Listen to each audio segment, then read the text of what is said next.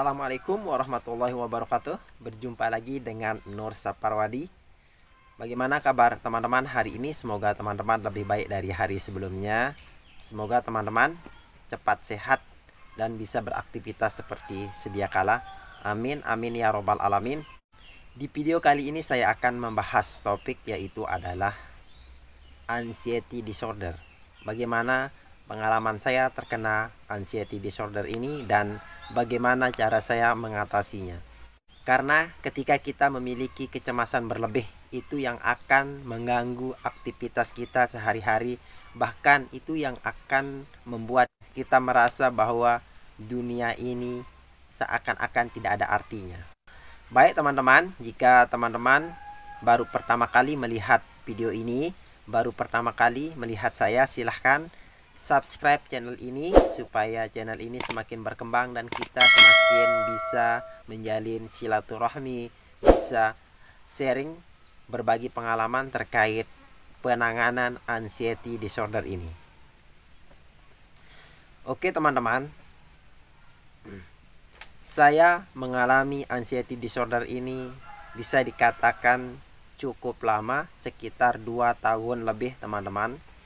Tatkala kita memiliki anxiety atau kecemasan berlebih, penyakit ini berada pada kejiwaan kita, berada pada mental kita, sehingga kita tidak bisa seperti orang lain melakukan aktivitas.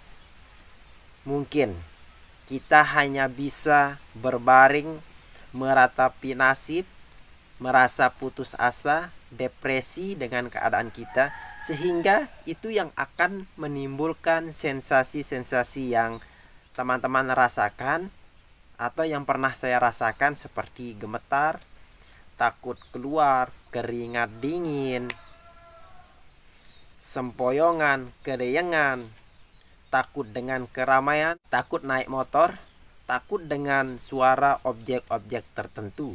Nah, ini yang pernah saya alami teman-teman selama 1 tahun full saat saya parah-parahnya terkena yang namanya anxiety ini. Dan tatkala kita memiliki penyakit anxiety ini, penyakit kejiwaan, kita sering sekali berandai-andai atau kita mudah percaya terhadap hal-hal negatif. Karena setiap hari kita tidak bisa lepas dari pikiran-pikiran negatif. Setiap hari sensasi yang menghampiri kita silih berganti, sehingga bisa dikatakan adalah penyakit yang memiliki 1001 sensasi. Karena pikiran-pikiran kita yang setiap saat dibelenggu oleh hal-hal negatif. Karena itu yang pernah saya alami teman-teman. Ketika saya pertama kali saya terkena yang namanya anxiety ini, kecemasan berlebih, saat saya kuliah. Dan saya ingat pada waktu itu saya lagi semester. Sensasi itu datang, tiba-tiba saya sakit perut. Mau pergi ke kamar mandi, saya takut bahwa di sana akan terjadi bahwa seolah-olah saya akan mau mati. Dengan sensasi tersebut, pikiran kita semakin kacau, gemetar, keringat dingin, seolah-olah kita mau pingsan di tempat. Itu yang begitu beratnya, yang namanya kita memiliki kecemasan berlebih ini atau anxiety. Sehingga apa yang saya lakukan teman-teman, saya fokus mengerjakan soal pada saat itu, tapi semua tidak ada artinya. Pikiran saya bahwa saya takut pingsan, saya takut mati, saya semakin gemetar, jantung saya berdebar. Itulah keadaan yang sangat parah menurut saya. Dan selesai itu, alhamdulillah, lama-kelamaan sensasi itu hilang tanpa disadari. Saat itu saya pulang ke rumah. Karena ketika kita memiliki kecemasan berlebih, pasti keinginan kita mau periksa ke dokter. Di saat kita sudah periksa ke dokter, jantung kita berdebar, di dalam pikiran kita pasti berpikir jangan-jangan saya ini penyakit jantung. Akhirnya ketika kita periksa ke dokter spesialis jantung, kita tidak percaya dengan hasil diagnosa dari dokter tersebut, sehingga kita mencari dokter lain. Karena itu orang yang memiliki anxiety teman-teman, ketika kita berkunjung ke salah satu dokter, terus dia tidak menemukan penyakit tertentu di dalam tubuh kita, pasti kita yang memiliki penyakit kecemasan berlebih ini pasti tidak percaya, mencari dokter lain.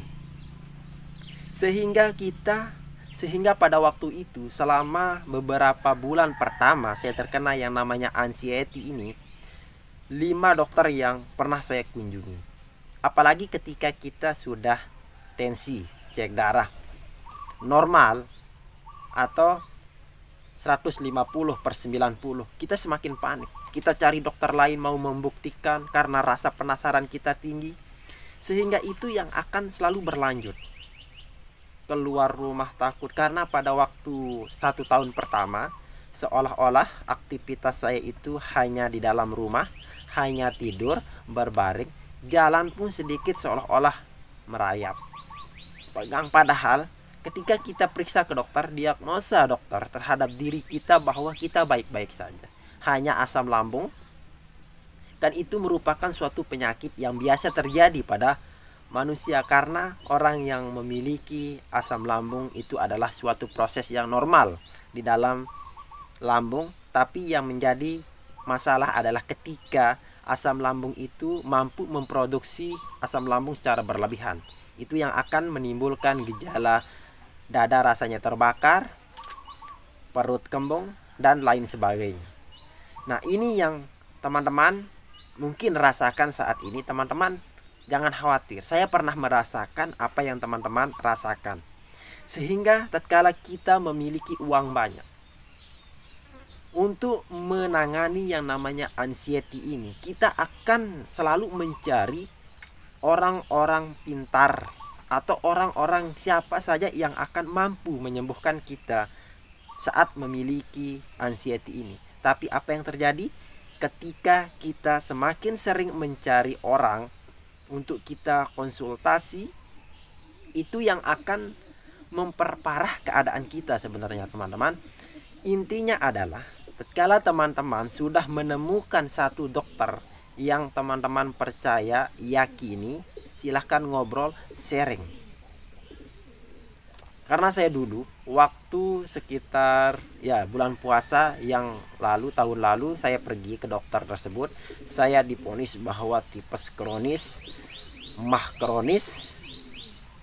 Nah, jadi saya semakin panik, semakin khawatir tatkala dokter itu tidak mengetahui bahwa ternyata kita ini memiliki anxiety, memiliki kecemasan berlebih. Sehingga itu yang akan membuat jiwa kita semakin tergoyah, hati kita semakin tergoyah.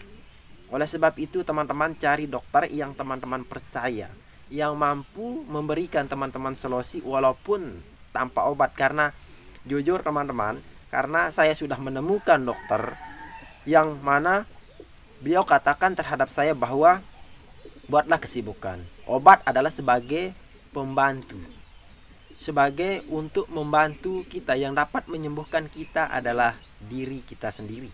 Tiap hari kita memikirkan hal-hal yang belum pasti, hal-hal yang belum terjadi.